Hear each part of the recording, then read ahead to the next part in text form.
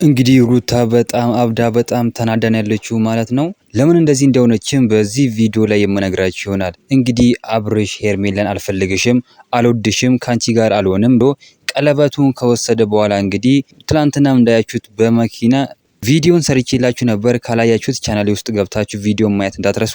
እንግዲህ አብርሽና ሄርሜላ በመኪና ሲሄዱ በድብቅ ካሜራ የተቀረጸ ቪዲዮ አሳይቻችሁ ነበር ማለት ነው። እንግዲህ ሩትዬም እሱን አይታ በጣም ይደበራት፣ በጣም ይደነግጠችው ማለት ነው። ለምንድን ነው አብርሽ እኔ ላይ እንደዚህ የሚያደርገው? አብርሽ ለምንድን ነው እኔ ላይ ክፉ ነገር መጥፎ ነገር እንደዚህ የሚያደርገው ብላ እንግዲህ ተናዳለች ማለት ነው። እኔ አጠገብ ማንም የለም፣ እኔ አጠገብ አንድ ሰው የለም ስትል በጣም በሚያሳዝን ሁኔታ ተናግራለች ማለት ነው።